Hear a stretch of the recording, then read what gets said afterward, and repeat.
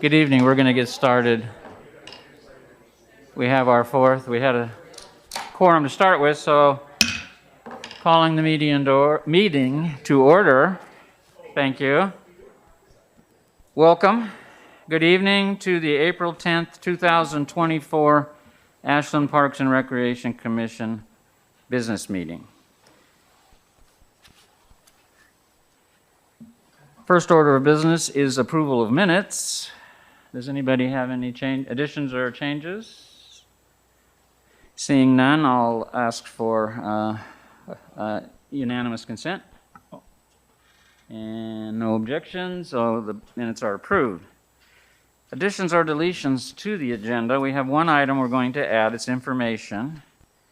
And it is the Lithia Park ADA, that's the American with Disabilities Act, parking improvements. And that'll be the third item under business, item C.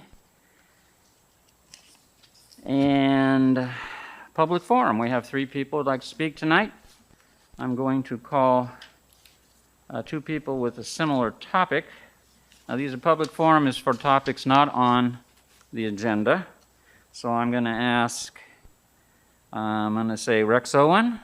And if I have that wrong, you can correct your name when you introduce yourself. And please just tell us what city you live in. And Corey Frank. Both of you can come up. To use these new microphones, you push the button. It will turn red, which is what mine is now, and one of those is. And then when you finish, you can... Okay. It's Ron Owen, by the way. Go ahead, Ron. Okay. Ron Owen, I live in Ashland. Greetings, commissioners, staff, and public here. As you said, my name's Ron Owen. I'm the chairperson of the Ashland, Oregon Pickleball Club. It has 139 members, and it was formed on June 8th, 2023, so fairly recent. It was founded to primarily promote good sportsmanship in pickleball and foster essentially quality of play, and then encourage adequate and available pickleball venues here in Ashland. I've played at Rogex and in Medford. Phoenix and Talent are getting ready to update their pickleball courts. But there's no doubt about it, the pickleball courts here in Ashland are by far and away the best pickleball venue in Southern Oregon.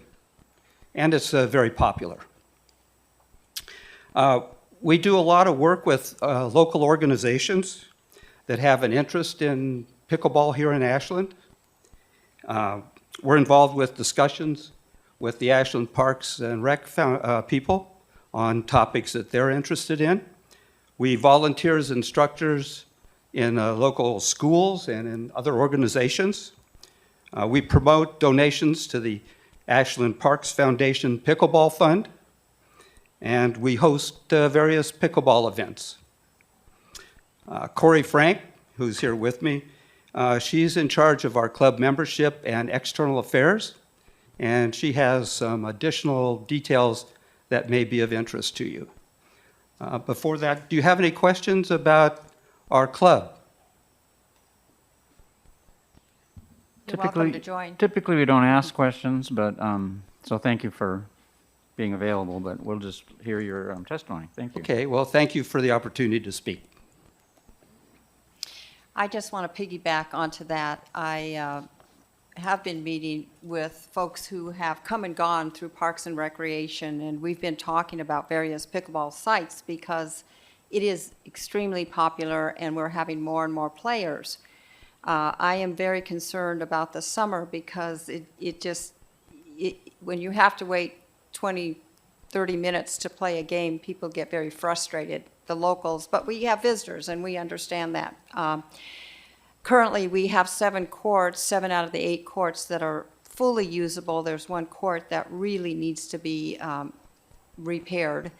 And I'm hoping when the funds come through and you get the repairs done at Hunter Park that you can piggyback on and maybe fix that one court at least. And so we have 8 fully functional courts. The other thing I would like to see, and I notice Oak Knoll Golf course is on your agenda. At one time, it was discussed that we would have some additional pickleball courts there. And I'm really hoping at some point we actually have some indoor pickleball courts that can be built there, because it's quite windy out there. So that's kind of my hope. I also want to say that we really appreciate, particularly Rachel, who keeps us updated, and we have had some issues with noise. We know that, and she is working on getting some quiet balls tested, which we are going to help with that, of course. We also want to work with the city and with Parks and Recreation to develop guidelines for use of the courts, because they have gotten so popular and we have had some abuses at the courts, and we don't want to have that. So thank you so much, and we hope to see more pickleball courts. Thank you. Thank you very much for your comments. And a third person who has signed up to speak is, no, that's not it, is Kat Gould. And Kat, come on up, and did you hear my speech about how to run these microphones? Okay. Good evening. My name's Kat Gould. I'm from Ashland. And I'm here just to give you all a quick update on what I've been up to down at Ashland Pond. Since the Almeida fire tore through the Ashland Pond area in 2020, we had a massive loss of our mature trees, but also a clean slate in terms of the invasive weeds. And as there was a lot of construction work going on during that, right after that time, installing the new pipe, I could see the weeds starting to get their foothold back in there. So I went into consultation with the Oregon Department of Fish and Wildlife, Lomakatsi Freshwater Trust, and City Park staff to see what I could do to help the situation down there, so it didn't just end up a huge blackberry pile and another fire hazard for the future. Since last year, I've put in myself and other volunteers up to 100 hours down at the Ashland Pond. We have recently planted 100 oaks, 29 bark, 10 skunk bush, Nootka roses, spireas, black cottonwoods, maples, and 16 ponderosas, a total of 186 plants. And what I would love from Parks is some support to irrigate those plants over the next 2 years until they're established. I have tried to talk with Freshwater Trust, and most of the planting that they've got on down there is they're pulling the irrigation at the end of this summer, so it's not suitable to share the irrigation plan. One of the ideas I had is to have a large storage tank at the top, that access road there right below the neighbourhood, which can get filled up with a city vehicle, and just have a gravity-fed irrigation system, which would be really simple to apply. And I'm, oh, excuse me, very dry. I would also love it if, I've spoken to Rick about this in the past, that the pond was supposed to be designated a wildlife zone, and there is a conflict between dogs that are not on leash and the wildlife down there. The birds are constantly getting frightened off their nests and sometimes attacked. Muskrat got attacked this winter, and I would love to see some signage down there to encourage people to be respectful of the wildlife and have their dogs on leash. It's a lovely spot to take your dogs, but so some signage and some irrigation. I would love that support. Thank you. Thank you, and I'm sure our staff will be happy to work with you on those ideas, and we'll see what we can do. Okay, thank you. That wraps up our public forum. We have nothing on the consent agenda, so next up is our director's report. Leslie Eldridge, our interim director.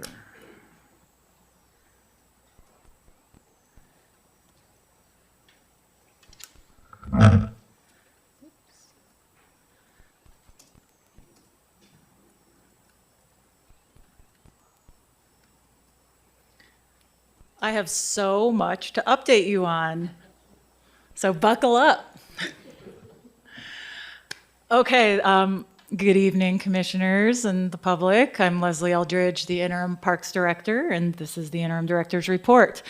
Start with some of the administration items. Two very large citywide efforts are going on as we speak. The first is a facility condition assessment. That is cost shared between APRC and the city, primarily Public Works, and that is a full contracted assessment of all of parks, all city facilities, but on our side, it's every single bathroom, every shop, every office building, and that's been going on this week. Wes Casale, one of our supervisors, has been taking the contractors around all day this week. We are slated to get a new city website, and this is huge undertaking. It looks like the city website is scheduled to come online around May 21st or thereabouts. And staff across the entire city, including park staff, are doing extensive 3-hour-long daily trainings and working to get sites up. So this is, I think all of us are really excited about it. The functionality for city and park staff is going to be incredible, and I think it's going to be a much better product for the public as well. The never-ending saga, well, we're coming close to an end, but the saga of hiring and the wonderful new folks that we are welcoming to parks. We are just finishing up a round of interviews for an office assistant 2 for recreation, and we're hoping to be extending an offer sometime in the next couple of days. And we are also hiring the raft of seasonals that we need to run the parks in the summer. So we're looking to bring on 7 to 9 park seasonals, several lifeguards and swim instructors, as well as some other seasonal staff to assist with events and volunteer work parties, etc. So very busy on the admin side. And please do interrupt me at any point. Very, very excited to formally welcome Brandon Terry to our team. Brandon is our new Senior Administrative Analyst, and we are just thrilled to have him. Some of you might have even grown up with him since he was born and raised in Ashland and went to Ashland High School, went to the U of O for his bachelor's, and then worked in Washington, D.C. for the architect of the Capitol, which is a small federal agency responsible for facility management on Capitol Hill. He moved back to Ashland a few years ago and continued to telework when this position came up. And welcome, Brandon. Brandon says he couldn't be happier to have this opportunity to contribute to the parks that played such a central role in my life while growing up.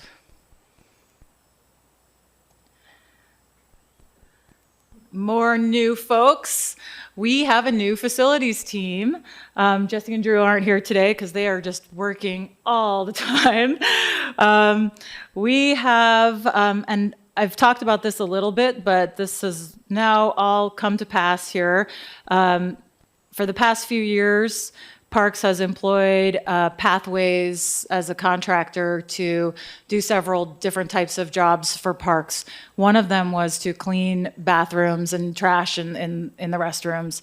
As this body is aware, we've been plagued with vandalism and issues with the homeless population and other destruction of property and other things like that. Folks in there at all hours.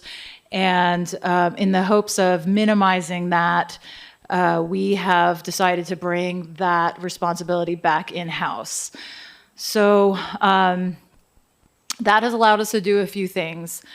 I'll try to So now Jesse and Drew have come on board, and Rick Deckelman, one of our parks techs, is supervising, is also part of the team, and they are working nights, weekends, days, holidays, 6:30 a.m. to about 8:30 p.m. 7 days a week. They're still really working out how this is going to go, and they're unlocking the bathrooms every morning, every single one with a deadbolt, and then locking the restrooms at night, cleaning and then locking the restrooms at night. Because of this, you can see down below, we've managed to have quite a cost savings while still providing full-time jobs to folks in our community, and as we expect to have better quality product, nicer restrooms, more accountability because it's our staff that are doing it and we're supervising them, increased security on nights and weekends. And if you take a look at the prices below, so those are the contract prices just for the bathrooms and trash services that we've been paying and what the FY24 price was. So that contract has increased by over 30% over the last few years. By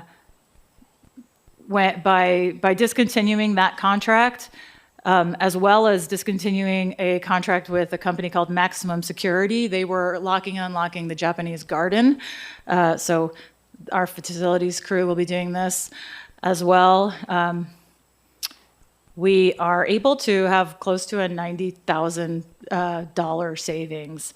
So for full cost to APRC, for Jesse and Drew is about $143,000.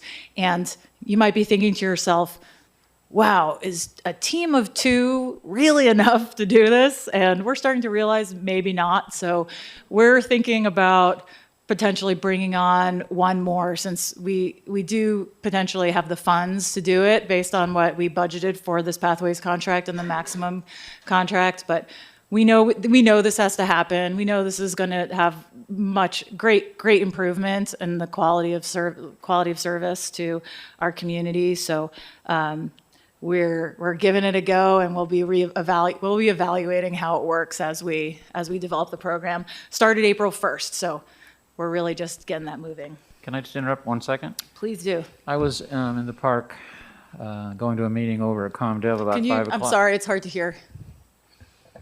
How's this?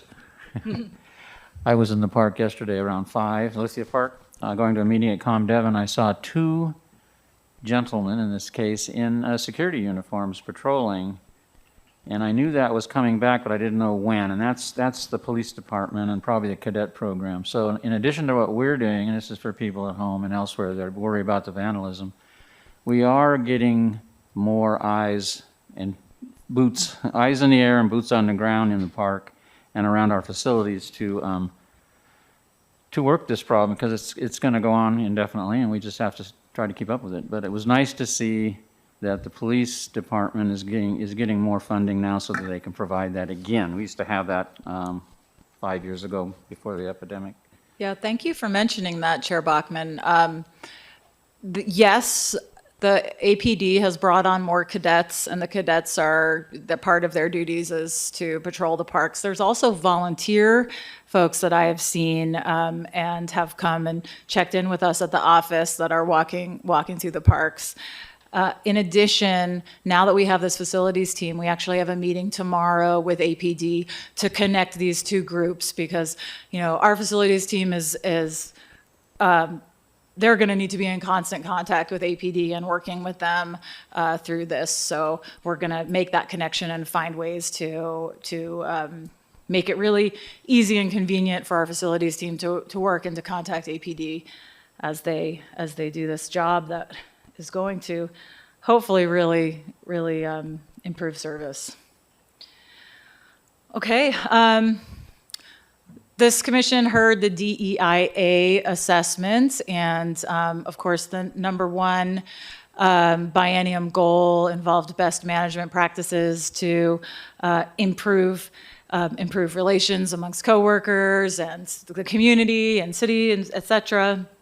Along those lines, within the last couple weeks, I've done a series of Lunch with Leslie small team meetings. So we had 4 different lunches with we had one for each of the 3 parks teams. Kind of shows you how many folks are in parks versus, and then rec and senior services together. And I really enjoyed them. And I just wanted to kind of share a couple of the highlights that are relevant to commissioners and stuff that commissioners would be interested in. So across the board, obviously, I just always see time and time again a commitment and caring for the community and the services that folks provide.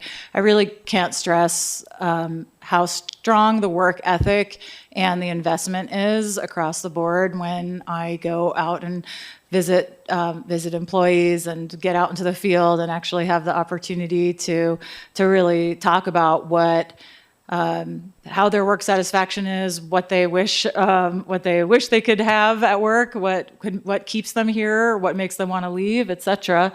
In general, there's a concern over budget limitations and inability to afford fertilizer, seed, programming, consultation for marketing and things like that, which I'll touch on again soon. Overall, there was a sentiment that we were short-staffed, and that in order to do the job to the level that staff would like to, they felt that I'll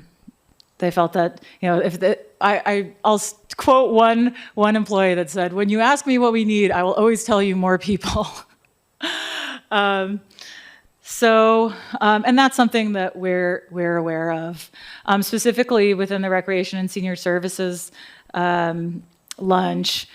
When commissioners have heard this over and over again, that the loss and lack of a marketing and outreach coordinator creates a big vacuum that rec staff primarily need to fill, and that is another responsibility that they have taken on. And finally, across the board, we heard desire for more professional opportunities for advancement, certifications, and training. So these are all things that we're hoping to address. It's great to be aware of it, and it will potentially have some budget implications in the next biennium to make sure that we're providing these resources for our employees so that they feel supported and that they have a future at parks.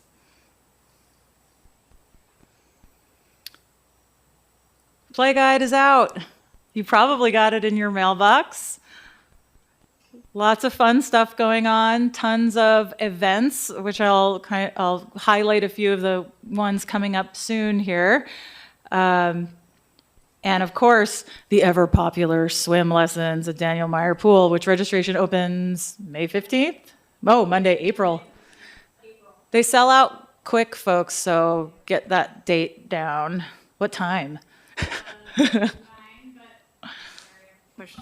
Sorry, new microphones. Monday Yeah. the 15th, and the best thing to do is go online and try to do it yourself and create your own account ahead of time so you can be ready to go on Monday morning. Okay. As a mom, I've spent many days or hours sitting by the computer signing up for one class or camp or another, on the phone with other moms. Did you get in? Rogue Valley Bike Swap, it's coming up real soon here, Saturday, April 27th at the Grove between 12 and 2:30. Buy a bike, sell a bike, mingle with bike people. There'll be e-bikes for you to test ride. Oh my gosh, I feel like the number of e-bikes that I'm seeing is exponentially rising in town. I think it's wonderful because every e-bike means one less car. And APD will be there if you'd like to register your bike to protect it, hopefully reclaim it if you are a victim of bike theft. And that's not a good feeling. I've been there before. If you have questions, you can call 541-552-2264, but please join us. It's going to be an awesome day. Another awesome day. This is the first of a series of planned cultural events that the Ashland Japanese Garden MAC, Management Advisory Committee, has come up with. This is going, the thought is that this will be an annual event, so every year on May 5th, we will celebrate Children's Day at the Japanese Garden. So May 5th from 11 to 2, join us at the Japanese Garden to celebrate Kodomo no Hai, or Children's Day. This is a Japanese holiday and celebrated every year on May 5th, meant to respect children's individuality and to celebrate their happiness. On this day, families raise koinobori, or carp-shaped wind socks, which we'll have of course, at the garden, with different colored carp for different members of the family. Koi swim vigorously against strong currents and even climb waterfalls. Like such a strong carp, it has the meaning of asking children to grow healthy. So one of our MAC members went to Japan, and she brought back a whole bunch of toys and arts and crafts and materials that can be, and kites to be used for this festival and for this event. So we are really excited to sort of kick off our series of cultural events in this way. Oh, you may get to this later, but since we're on the Japanese Garden, could you once again tell us the dates, the closure dates? Sure, that's an actual full agenda item, but the Japanese Garden will reopen on this Saturday.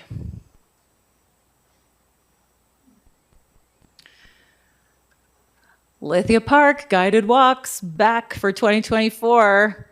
If you were in town pre-COVID, which probably many of us were, except for the newcomers, you know that there used to be very, very popular Lithia nature and history walks that were provided by volunteers. And our volunteer and special event coordinator, Suleiman Shelton, has worked with the volunteers to bring these wonderful opportunities free back to the public. So the training is actually going to be happening tomorrow for volunteer tour guides. And for initially, there will be every Saturday, there'll be guided walks at 10 a.m. So just show up and join us and learn about the history and the plants of Lithia Park. As an SOU professor, I used to bring my students. I would always arrange a talk from the volunteers, and they're absolutely fabulous, I can attest.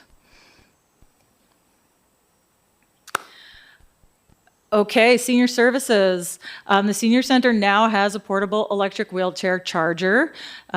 This was provided free by United Way, and it's a pilot program in Southern Oregon, attempting to reach communities across the globe and provide that charging function for folks that have electric wheelchairs.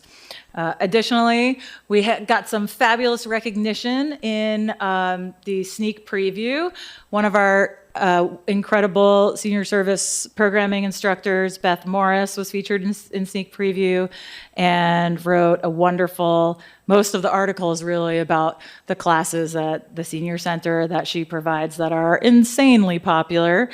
She teaches personalized strength and balance training for older adults, and she's had to add more and more sessions as they sell out, and so that was a nice bit of coverage. Thank you, Beth. Update on the Ashland Forestlands Climate Change Adaptation Project. I told you this was a long director's report.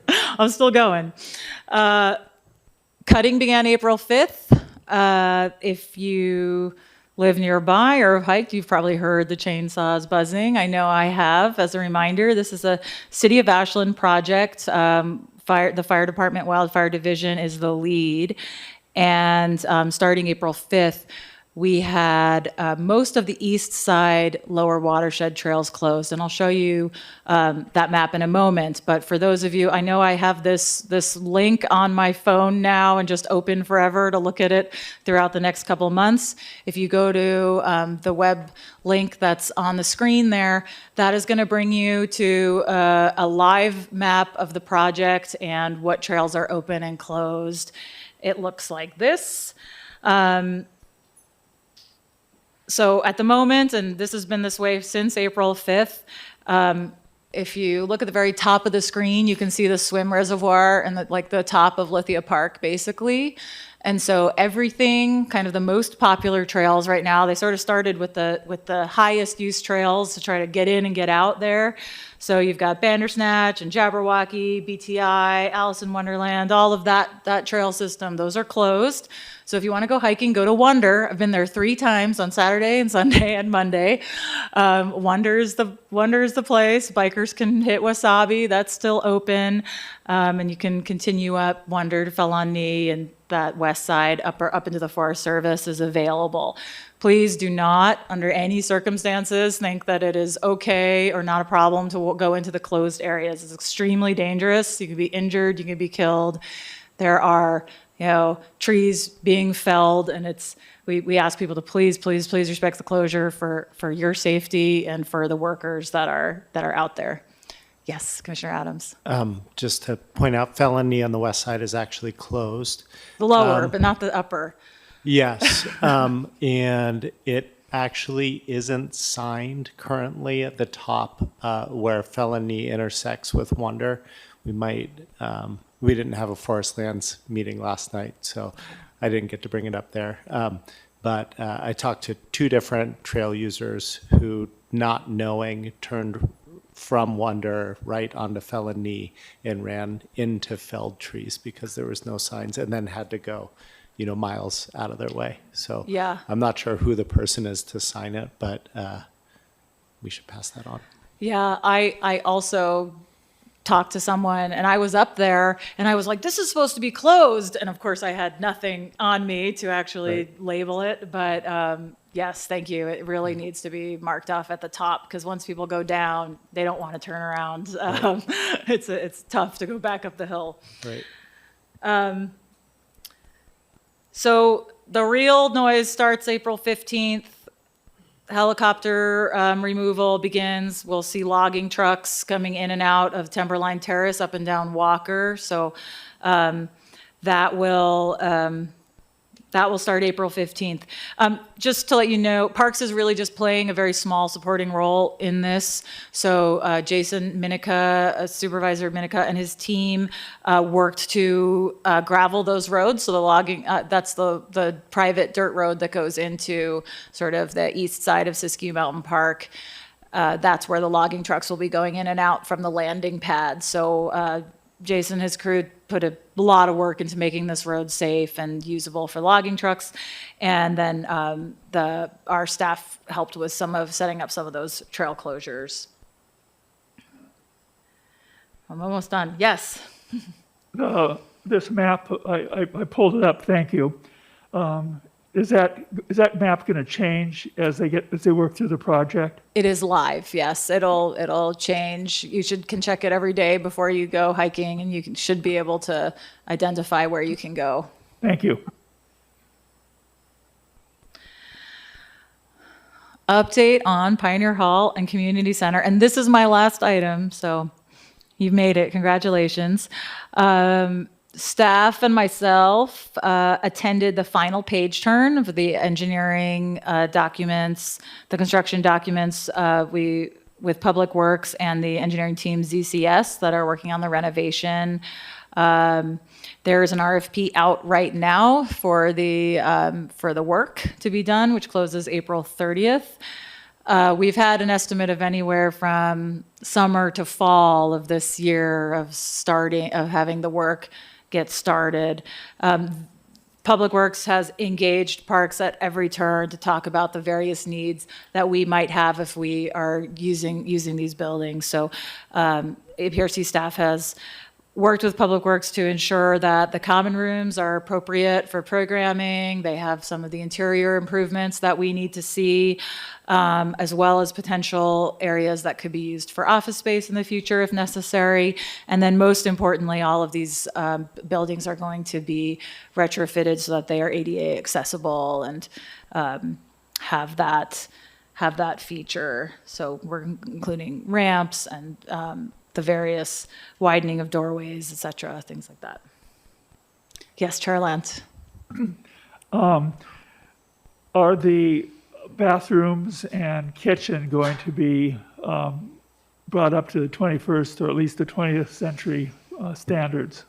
Both bathrooms are being remodeled. The bathroom in Pioneer Hall will be separate unit, multi-gender restrooms that are just, and then but yes, both bathrooms in both buildings are being completely redone.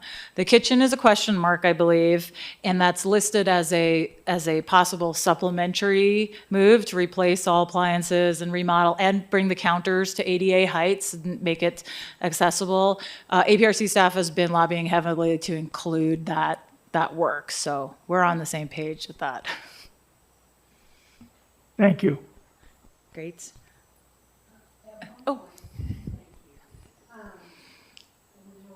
Ad hoc committee looking at Pioneer Hall and the community building. There was concern about the hillside because there was a lot of work that had been done by the owners of the property nearby in terms of reinforcing that hillside. Is any of that going to be done? Do you know? I'm pretty sure they're building a retaining wall. I need to confirm, but I'm fairly confident that was in the plan, that a larger retaining wall is being built along the back of those buildings to shore up the soil and the hillside. But let me confirm. Thank you.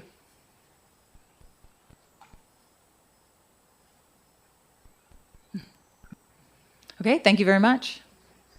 Thank you. As usual, a very thorough and entertaining report, but full of information. Next up will be the Ashland. It's our first order of business. It is Ashland Japanese Garden koi pond improvements. And it looks like our Park Superintendent Kevin Caldwell is coming up. Good evening, Commissioners. Just getting used to the new digs here.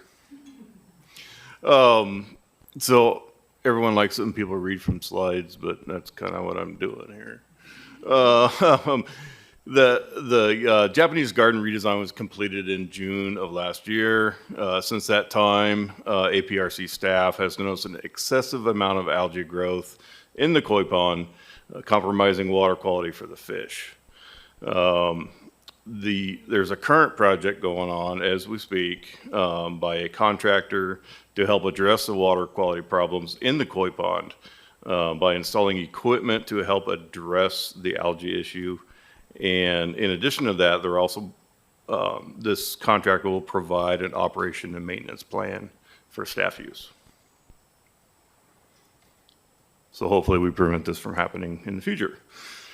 As Leslie said earlier, the garden is currently closed for these improvements to the public. The closure started April 2nd, and we anticipate to reopen the 15th, which is this Saturday. Am I going too fast? Actually, the 15th is Monday, so maybe we're opening earlier than we anticipated. It celebrates its successes.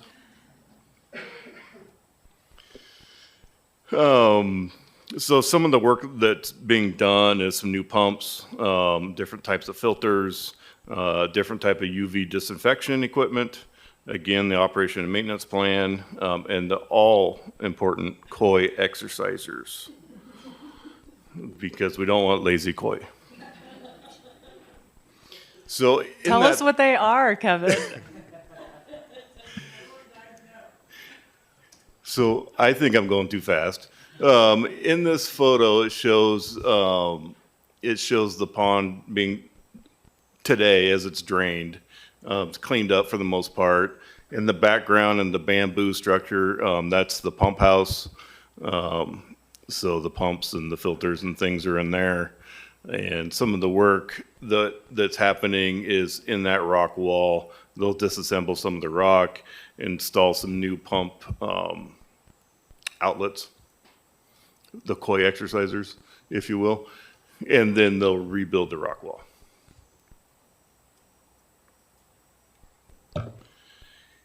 And this is inside the pump house from that last photo, just giving an idea of many items that are crammed in a very small space. The big circular thing in the center is the existing sand filter that's being removed and replaced with a bead filter. And actually today, if you went out there, it doesn't look like that because most of the work is done. And we do not want to forget our partners at the Ashland Parks Foundation. It was with their help that we were able to pull this off, and they were providing all the funding for this project.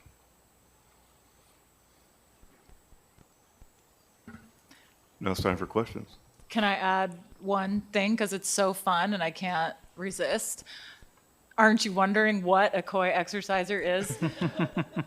Think of basically a hot tub jet, just a jet that shoots air out. And of course, if you're a fish, you're going to want to swim against that and into it while the jet pushes. So it increases circulation. It also cleans the fish and exercises them. It's like a Massage. hamster wheel for a koi for the current.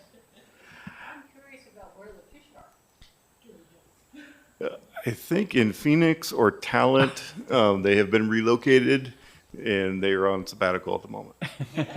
They're at Wishing Well, right? I think they're at Wishing Well, but I don't know exactly what town. Is that Phoenix? It's between Phoenix and Medford, next to Southern Oregon Landscape.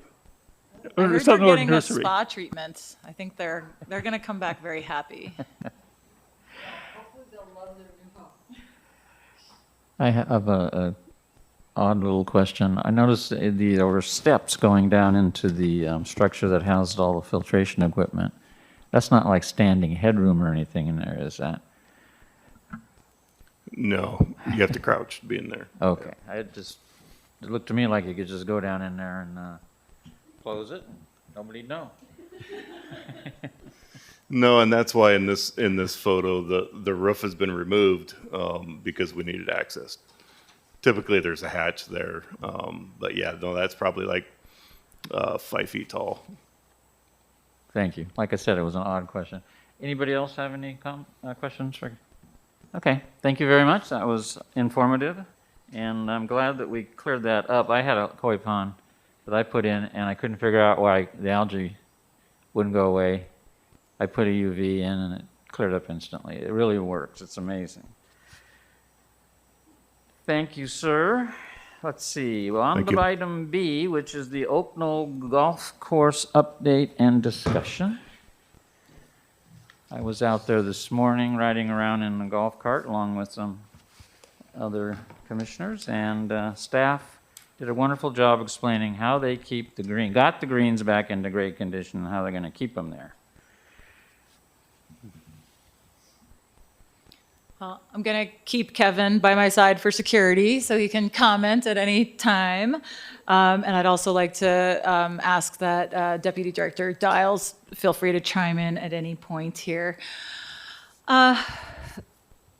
So as the commissioners are aware, in February 2023, staff were directed to issue an RFP, request for proposal, for management of the Oaknell Golf Course. And Golf Automation was selected through this process. Contract negotiations began sometime in the summer of 2023. As we informed Commission last month, after several months of negotiation, we were unable to reach an agreement. Which brings us to what next? I'm going to start a little bit, talk about some of the changes from the current state of the golf course, as well as some ideas that staff have and recommendations about what we want to do now. As many golf enthusiasts are aware, about last year at this time, the course was completely brown due to drought and decision to stop watering with city water at that time. Thanks to the efforts of APRC staff and two especially that are in the audience right now, which is Bill Miller and Jeremy, I don't know Jeremy's last name, Christensen, that's right, Christensen. Thank you both. Our courses went from this to this in less than a year. Many of us were out there today, and it was just absolutely stunning, gorgeous place to be. whether you like golf or not. It is an amazing, beautiful piece of land. So thanks to Bill and Jeremy and Josiah, we are seeing an amazing recovery of our golf course, and it's shown in playability and it's shown in folks coming back to play. Because of the uncertainty of the negotiations that have been going on over the past year or so, you should be aware that APRC has not been putting significant resources into the course, into course development, into new improvements because of the lack of clarity as to what was going to be the next step. So even with this minimum investment, we're seeing the course start to flourish again.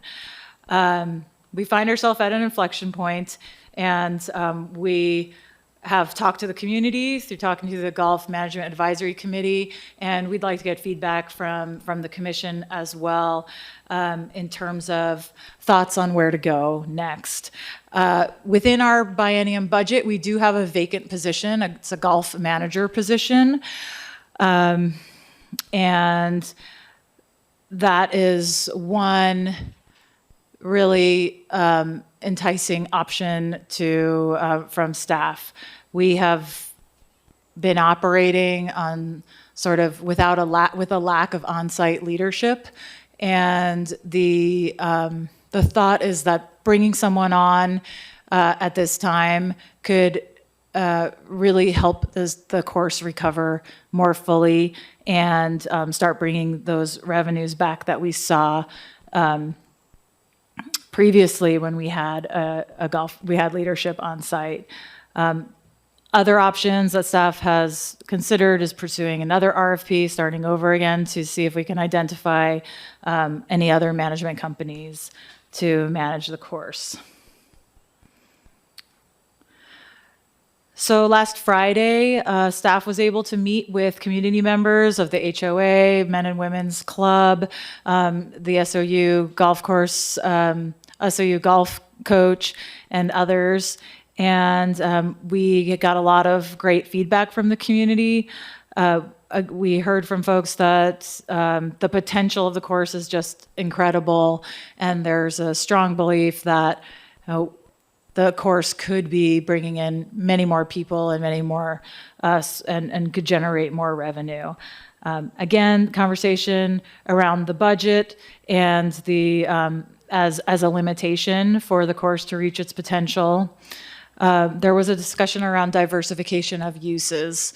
So at one point when the golf course pre-COVID was really thriving, there was weddings and party facility rentals, as well as music concerts, Rock the Knoll.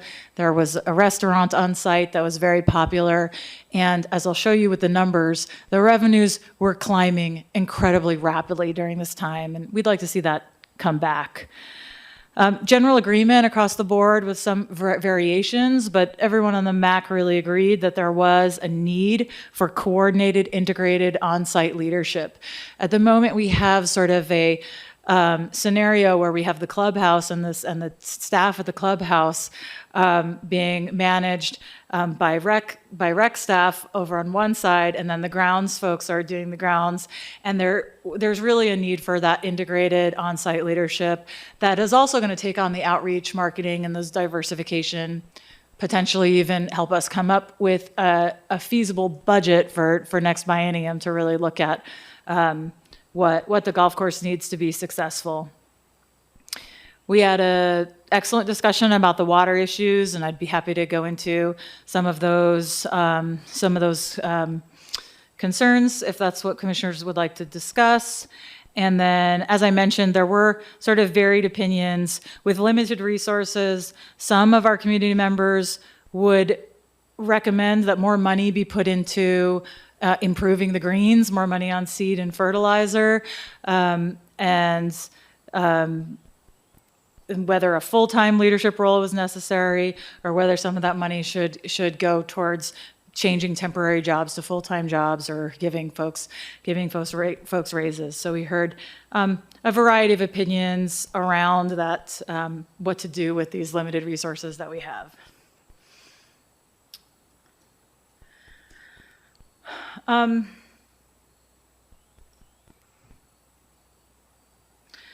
Okay, I'll do a little digression here since water is kind of one of the key issues in management of the golf course. Oak Knoll Golf Course has more than adequate TID water rights. And I have our former employee, Jeff McFarland, went and did a great calculation. We have 61,481,647 gallons per season of TID water rights, assuming that the TID runs on normal schedule and the allotment isn't reduced based on water availability. When we look at the amount that we normally use to irrigate, this is more than we would ever need in a season. However, that doesn't mean our problem is solved, of course. We have a retention pond. That pond holds about 370,000 gallons of usable water. And 370,000 gallons sounds like a lot. Well, that would give us about 4 days of fully irrigating the course. That's fairways, tees, greens, and roughs. Or what we do when we're in a drought or arid situation in the summer, about 21 days of very, very conservative watering of tees and greens. So, in summary, water storage is definitely something that we would need to look into to ensure the success of the course. Storage capacity, having another pond.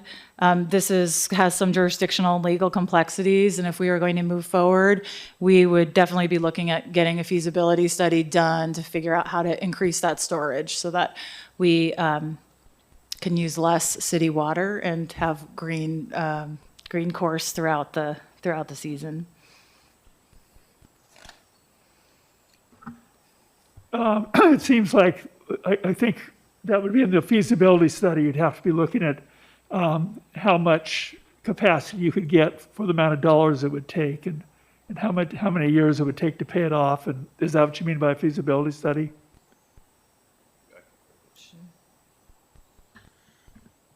Thank you. I think what was meant by feasibility study is location, legalities for storage, how much we could store, what water, where.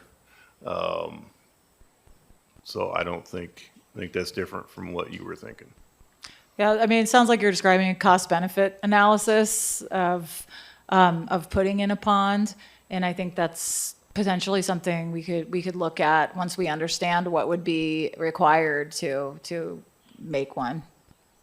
Yeah, I think that's critical because just because it's doable doesn't mean that it makes sense. If the payback period is 200 or 300 years to pay back for the reservoir to get water, so we don't have to pay this for city water, it may not make any sense. So I think that's critical to the analysis. That's a great point. Yes, I'll piggyback on that. It's going to definitely require some financial input from the city as well, because it's going to be a fairly large capital project and need some financing of some kind. I don't see that coming out of our regular CIP cash flows. So it's a big idea, and I think it's contingent upon getting the revenues up so that the golf course itself has a sustainability model that would support paying off or paying back whatever we have to invest in the water infrastructure, which is a big project. I don't know how big, that's to be determined, but I think we have to look at it, because if we're going to operate the golf course, we're going to need to water it.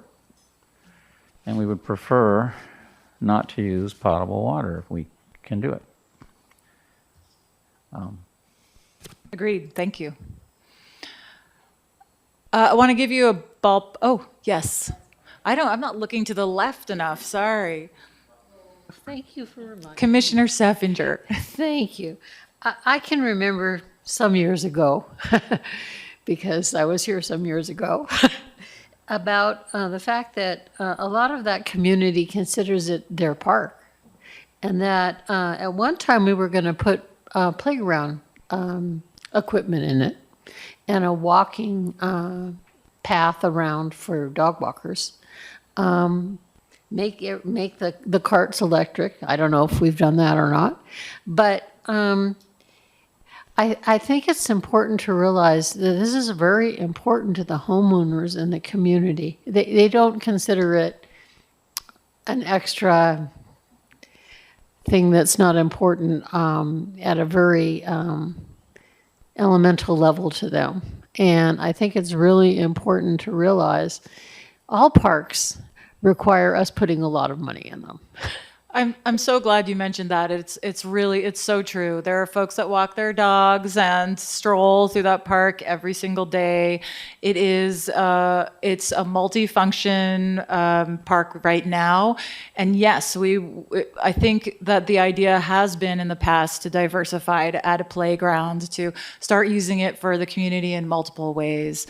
But to recognize that it has value as more than just a golf course that's expected to pay for itself. Like all of its parks, it is a resource for the community, and that at some level, it may be justified that some cost would be subsidized. Thank you. So you can kind of see the numbers here. I'll try to just so you can kind of understand the numbers, the dollars that we're talking about. The top graph here is just our biennium by 2023 to 2024 budget. And so this first column, note you can't see my mouse, this always happens. Okay, so we have FY24 adopted budget, FY25, and then combined, just the sum of those two.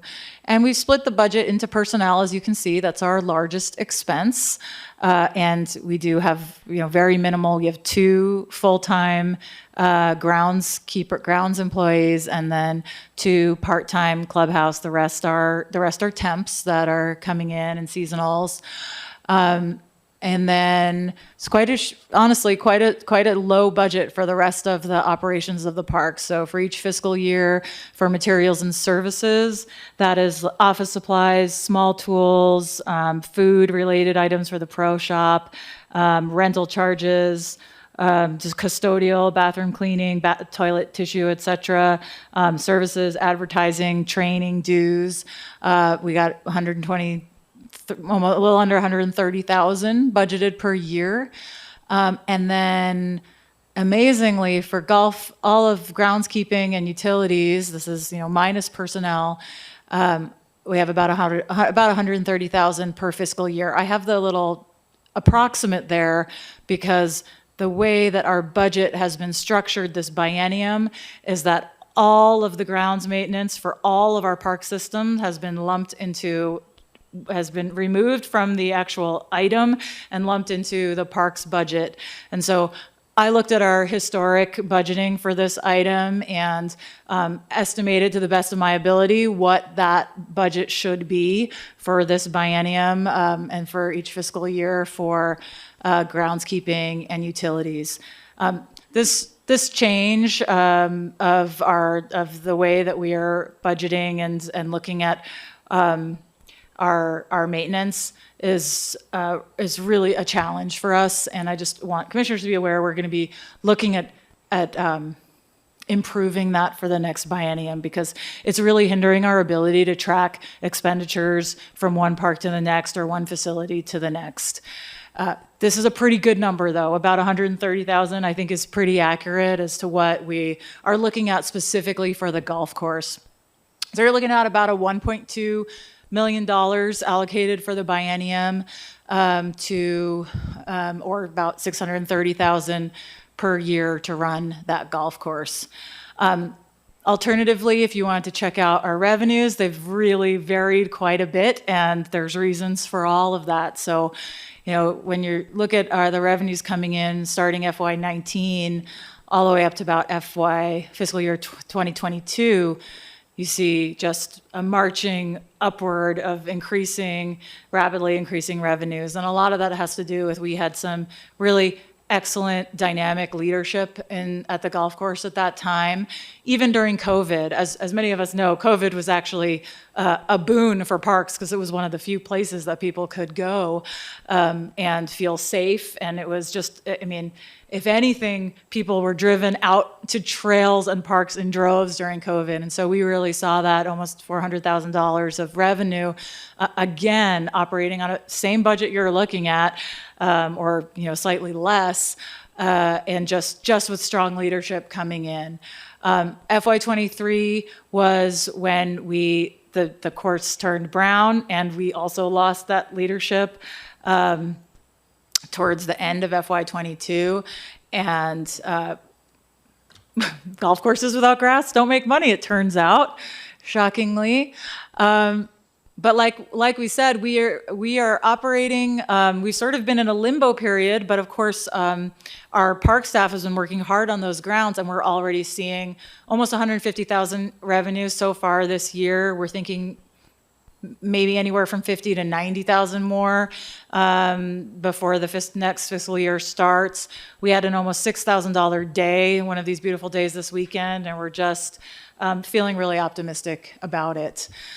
I think that's all I have. Are there anything, Deputy Director Dials or Park Super Caldwell, that you'd like to add? Or I just wanted to add that during fiscal year 22, which is our highest revenue year, that was also when we had an operating restaurant in the club as part of the operations of the golf course as well. So that just adds to the revenue from 2022. So. And if I could add, Leslie kind of hinted that, there's no major plans for major improvements out there right now because of the RFP and the process we've gone through. So we're not making long-term plans at the moment because we need to figure out what direction we're going.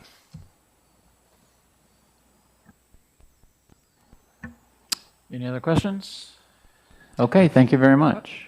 Oh, sorry. Commissioner Adams.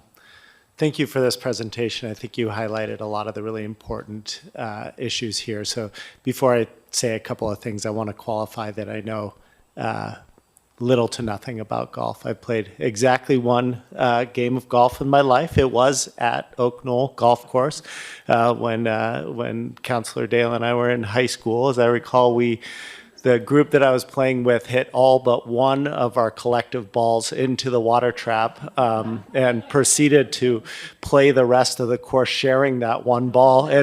And we were still so bad that other people who were playing with their own balls were still playing through on most of the holes. So qualifying all that there. Some of the things that I think you raised that are really important is the issue of water, right? I mean, as I understand it, we cannot afford to operate this course unless we have TID water. This year we're looking pretty good, right? Because Immigrant Lake's looking full. We're likely to have a good TID year. All the hard work that our ground staff has done, miraculous in my mind, to rehabilitate that golf course, is likely they're going to continue to get credit for it in the coming months because it's going to keep looking good.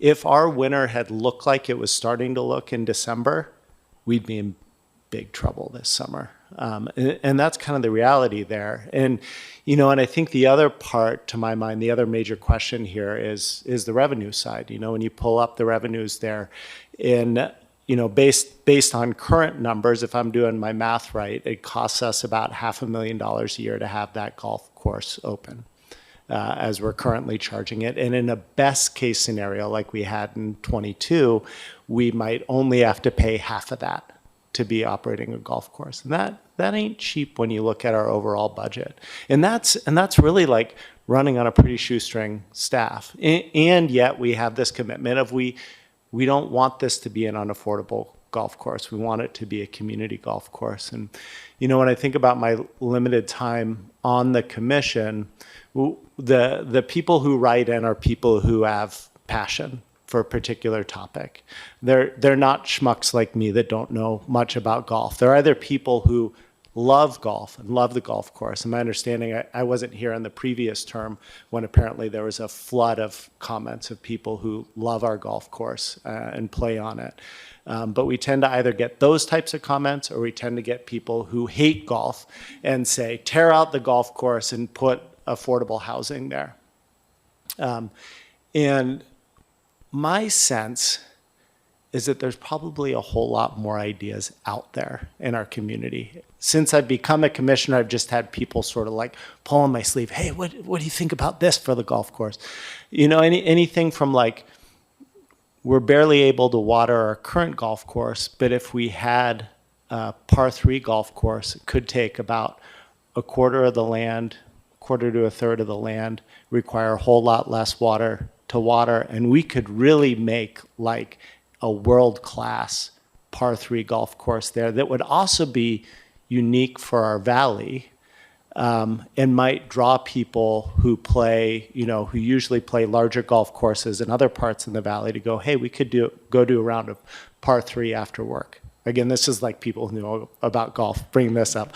I'm not sure if it's actually feasible or not.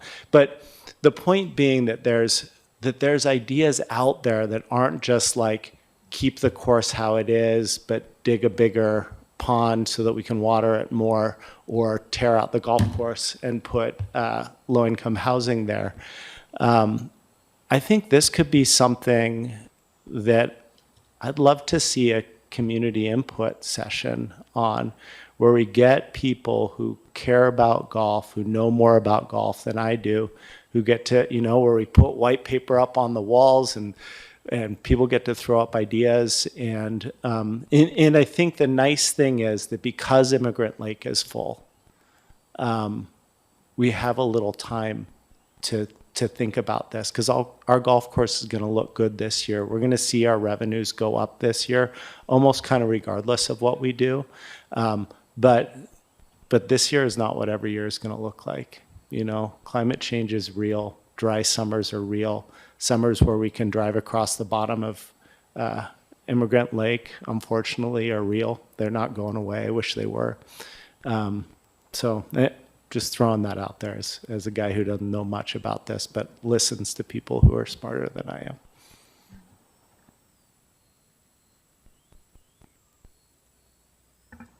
Okay, I think we are done this time. Oh, I'm wrong again. Commissioner Lewis. I'm just late on the button.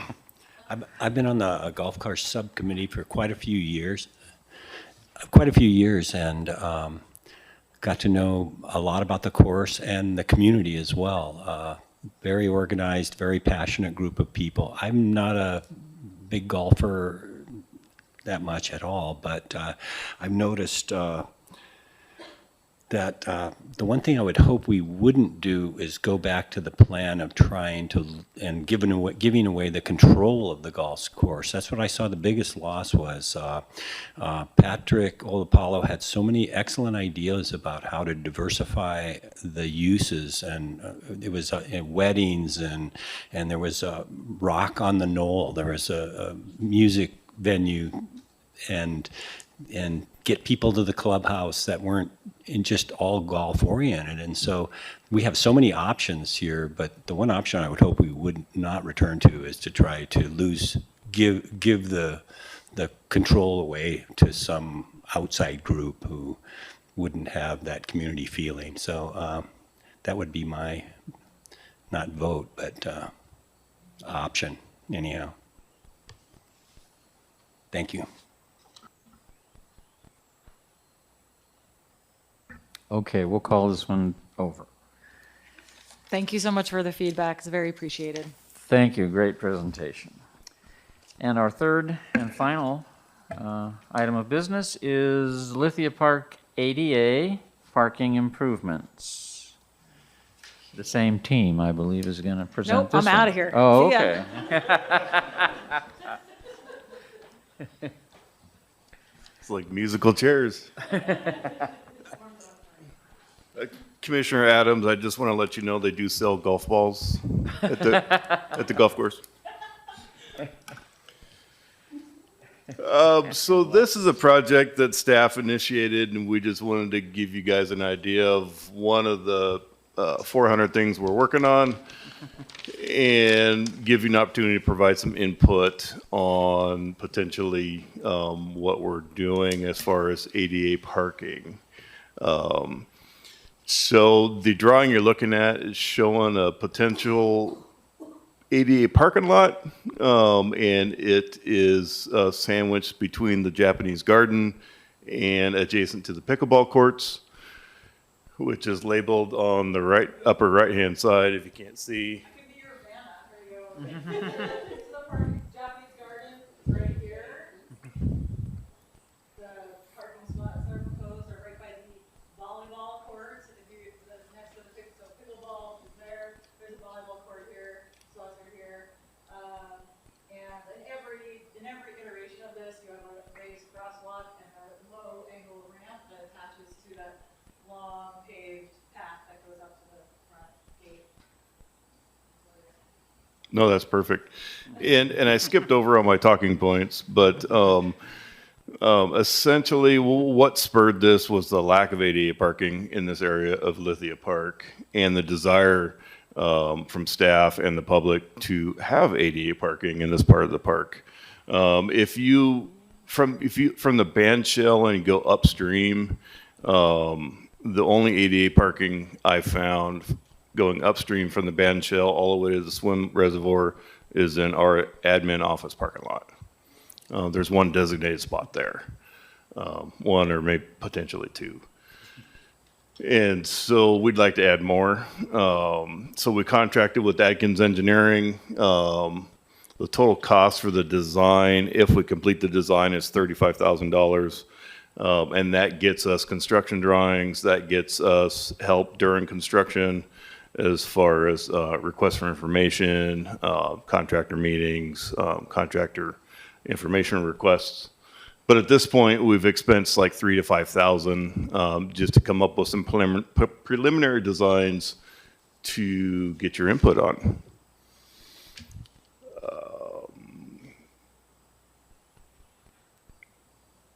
Yeah, okay, next slide.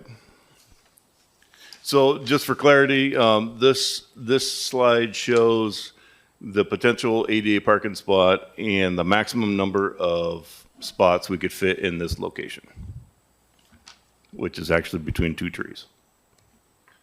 And this is another option, option B, and it shows less parking spots. That shows a total of 5. One of them is van accessible. And our design engineers are tasked with making this meet all the state and city requirements. And a third option is angled parking. And again, this is obviously down to 4 spots. And we can angle it either direction, but typically angled parking corresponds to the traffic patterns. Right now is two-way traffic on Windburn in this location, so that angle would be typical for a parking lot on that side of the road. And also, Vanna can point out, there's a connecting ADA path on the there by the volleyball courts. This is a retaining wall. There would be a sidewalk for folks that are unloaded, and they can go around there. This connects with the paved path on the outside of the pickleball court, and which goes here, which is where the crosswalk. Is that what you want? Yep, that was it. Yeah. And currently, these are just ink on paper. So that's why we're here today, because there's chance to change. Couple photos just showing the location.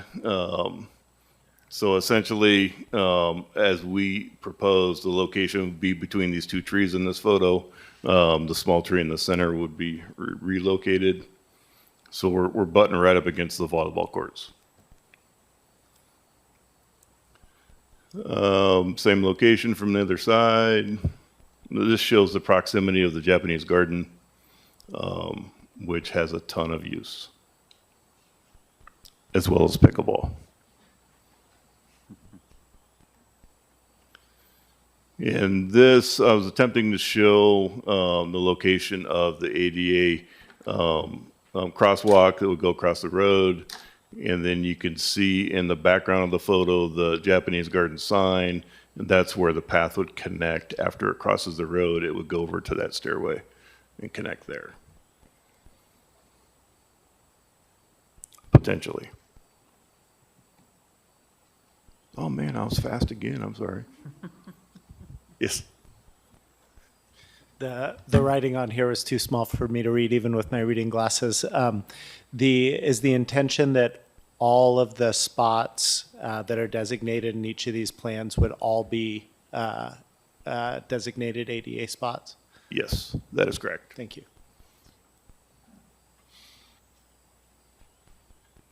I was just wondering about a loading zone. Is that in the works at all? Because a lot of people could be let off at a loading zone and the person driving with them could move to another spot to park. Is that a thought? I hadn't considered that at this point. I'm not familiar with the loading zones. Well, they use that a lot, like Shakespeare, for example, in the theater. You can drop off the guests and go park. Oh, gotcha. Okay. No, because our intent was to provide the parking, but that doesn't mean we couldn't add the loading zone.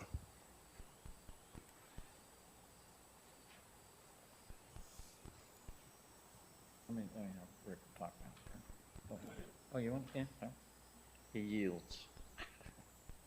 I don't necessarily have a strong opinion about the number of slots. Perhaps some of my other fellow commissioners do. The one thing that I would say is, to me, the angled parking doesn't make sense in this case because if we think about the traffic flow patterns in the park, very slow traffic. Angled parking, to my mind, makes more sense when you have a divided road, faster traffic, and I imagine that actually a majority of the access to that parking spot will be from people coming from the downhill side, which is where most of the people are, and coming up and pulling into that parking place, and that they might be stuck either trying to make a 270-degree turn or trying to turn around in the circle that's just above there. That was my only thought looking at the different options. Thank you. I really appreciate all the getting this up there for us to look at. I think it's a great send-off start. So thank you for that. To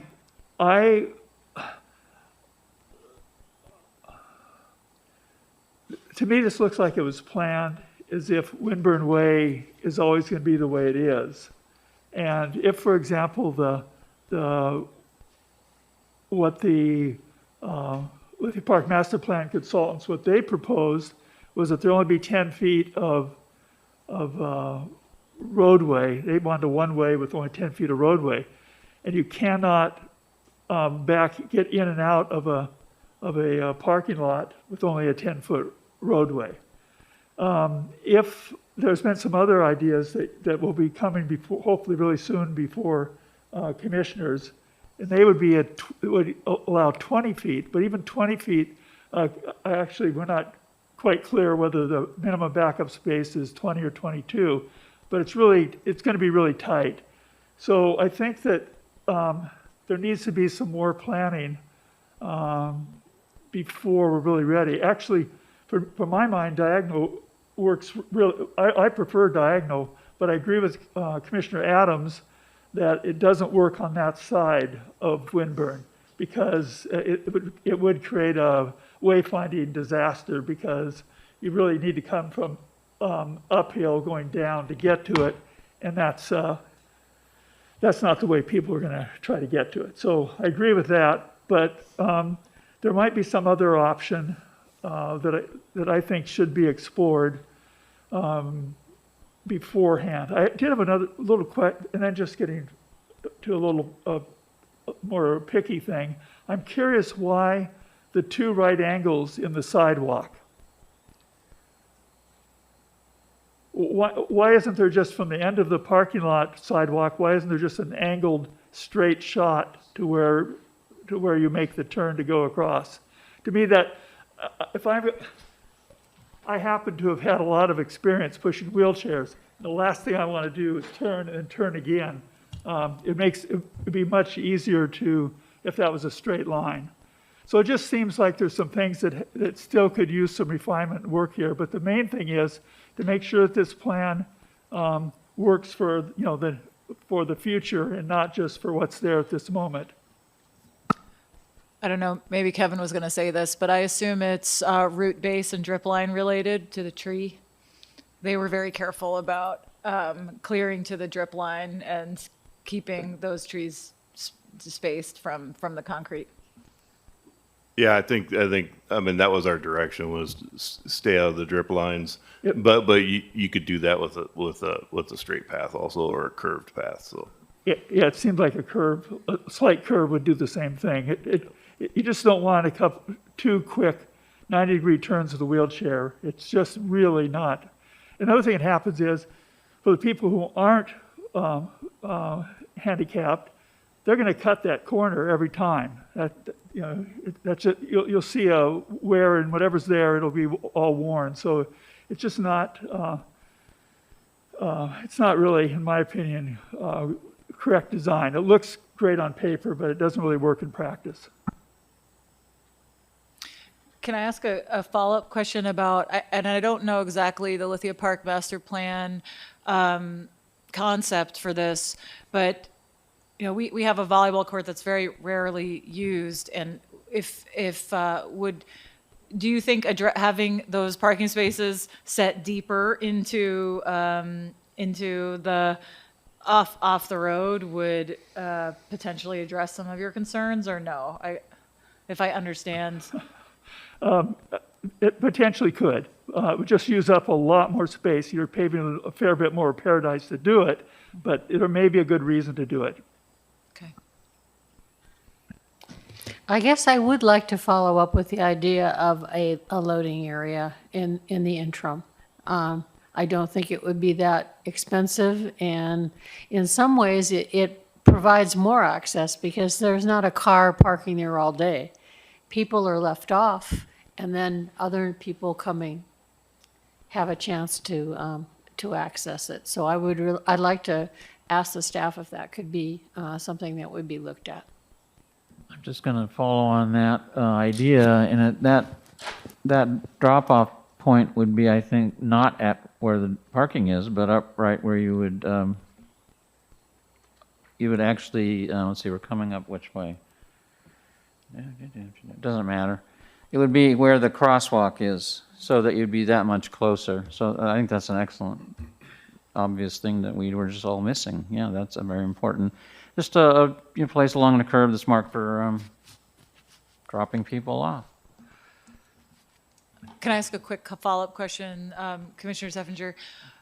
Are you, in your mind, is a loading zone in addition to some ADA parking, or in lieu of, in place of? Well, I would think it might reduce the amount of ADA parking. Okay.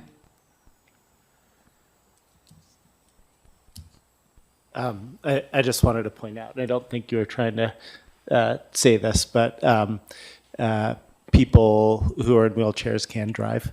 And so the idea that every person who would be utilizing a handicap parking spot could be dropped off by their driver wouldn't necessarily meet the need. The one other thing that occurred to me as I was looking at this map more is I agree with you, the volleyball court is not used very much. There are probably some things we could do to the volleyball court that would get it used. If you look at the amount of use that we see at the volleyball courts in Garfield Park, for example. But we might want to think about some sort of a fence, unless we're wanting to count on the volleyball court not being used. A well-spiked ball could leave a good dent in a nice van.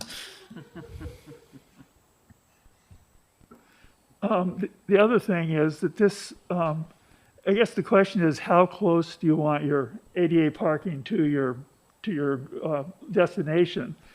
And this isn't, I always visioned that there would be parking on the other side. The problem with on the other side is there's more grade to deal with. But it is doable, and I think that should be looked at a little more closely to make sure that that isn't a possibility. And I think, I'm hoping that at our next meeting, we can talk about Winburn Way.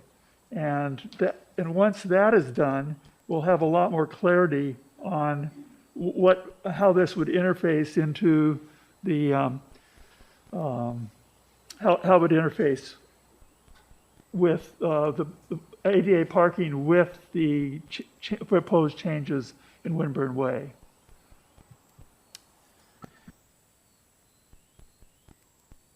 That segues into our look-ahead discussion, which we can do in a minute. I'm gonna move this ahead, and I guess I would like staff to consider putting look-ahead before the meeting dates. It's just a little housekeeping thing there. We can do that. Thank you. So I just have one more comment on the ADA part, which is we're thinking only wheelchairs, but there are a lot of mobilities, a whole spectrum of mobility issues, and some people who aren't in a wheelchair but might have a walker or a cane, and just the less they walk, the better. This drop-off idea is sounding better and better and better to me, even to the point of putting carving into the hill a little bit and having a place where you could get off Winburn and let people go while you're dropping people off. It's just it's becoming bigger and bigger item for me as we talk through this. And to Commissioner Adams' point, there are people who drive and don't have assistance and need to be close. So we need both. I don't know what the balance is, but I think we would take care of a whole lot of concern if we just had that drop off. That's a really good idea. Is there any more discussion on this one? Okay, thank you very much. It's part of a larger conversation about the Lithia Master Plan, and so it's good to have this now because we're thinking about it and we have the conversation for everybody to know we're thinking about it. But we'll come back to this and it won't be too long. Commissioner Lund. Yeah, one other thing. I think that this is the type of project that it's complicated enough, and there's a lot of different elements that have to be considered. It really, from my mind, it's involving at least minimally a landscape architect would make a lot of sense. Engineers, they're gonna do, they're gonna come up with a solution, and it will work, but it may not be consider some items that need to be considered. And I think just, again, I think just for the conceptual, it's not, getting that from a landscape architect would be valuable. Okay, thank you very much. I'm going to scramble the last part of this informally here because I just like the way this flows better than the way it's written. Items from commissioners and staff will also precede but follow the look-ahead review. Precede the upcoming meeting dates. It's hard to hear you. Okay, I'll be a little more careful here. Let's say, how's that? Oh, I'll just go right up here, yeah. So the next item is going to be items from commissioners, and then we'll do the look-ahead, and then we'll talk about meetings. No, I'm the other way around. I'm sorry. I'm doing this. I'm redesigning on the fly here. Let's do the look-ahead review now, which I think is an important part of what we're going to do in our next meeting, and following business makes sense to me to do that. So we can talk about that. Fabulous. We are really only looking till June at the moment. Things are happening at the pace they're happening, so we'll know when we can start filling in more items. But two critical components coming in May. Important note here, we're going to have a May 1st special meeting, and the May 8th business meeting will be canceled. So, and on that May 1st special meeting, we'll have Recreation Manager Flora is going to talk about the current status of the ice rink, the covering, the chiller, some of the issues that need to be addressed, and we can have a discussion amongst the Board of Commissioners about next steps and how to address some of these challenges.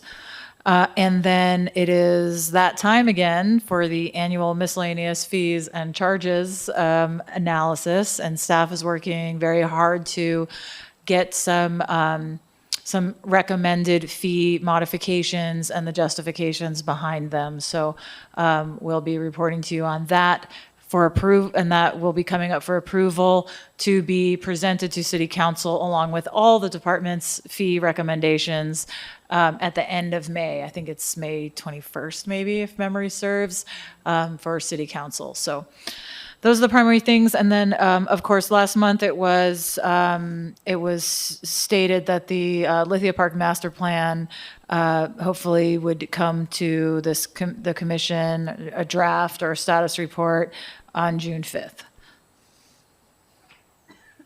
Okay, any questions or requests for items in the future? Okay, thank you. Oh, Commissioner Lott? I just proposed one earlier, which would be to talk about modification of configuration of Windburn Way. Is that May or June? It could be either one. It's part of the Lithia Park Master Plan, is it not? It is a part. It's just, it really depends on how, I was just thinking about staff's desire to keep really moving on the ADA parking, didn't want to slow you down any more than possible. And that would be the reason for taking that one segment. It doesn't really, I mean, we've been doing things on Lithia Park through the years without a master plan. So we could, it would basically be, To we consider. would be pre-approving one part of the Lithia Park master plan ahead of the entire thing. It wouldn't be an action plan, it would just be a discussion? No, it'd be an action. Would be, The only thing about that, it might need to be it may need to be a information only, just so the public has more time to be involved. so I think information in May and then possible action in June. Okay. I thought we just said that we don't have a study session in May. We don't, but We can put it on the special we meeting can, still. yeah, Okay. we can do information fine items with as we did tonight. There's no action items. Gotcha. Yeah, We've thanks. been doing a lot of action. We had a lull. Okay, so Commissioner Lant, you're going to prepare that agenda item, or, because we have nothing. I will, I may. Or bring it to us soon, so I that we may have need some- plentiful time to, Right. okay. I may need some staff help to, the graphics that are needed is what's holding me up at this point. So we can talk offline about that. Okay, sounds great. Okay, and now, any other items from commissioners or staff that we haven't addressed? I'd Commissioner just like a Steffinger? little clarification. Okay. When we're talking about Windburn Way, are we going to be talking about the sidewalk?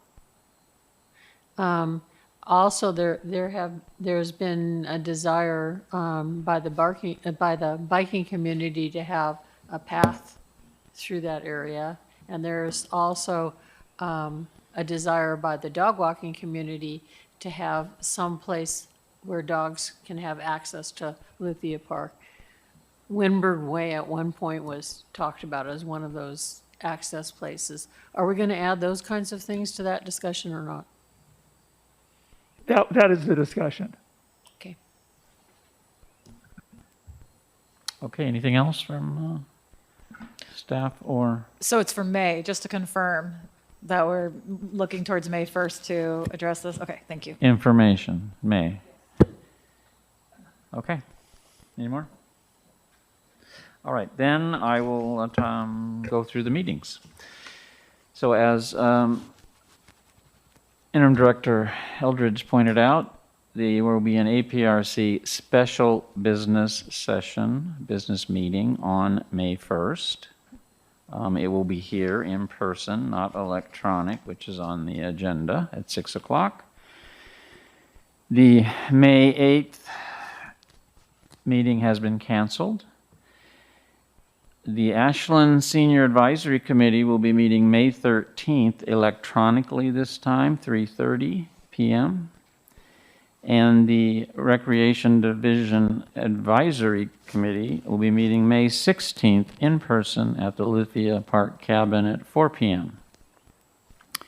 Did I get all that right? I'm looking out there at my superintendents and what. And that's it. Without objection, I will adjourn the meeting. Not adjourn, we just, yes, adjourn. I've been talking too much.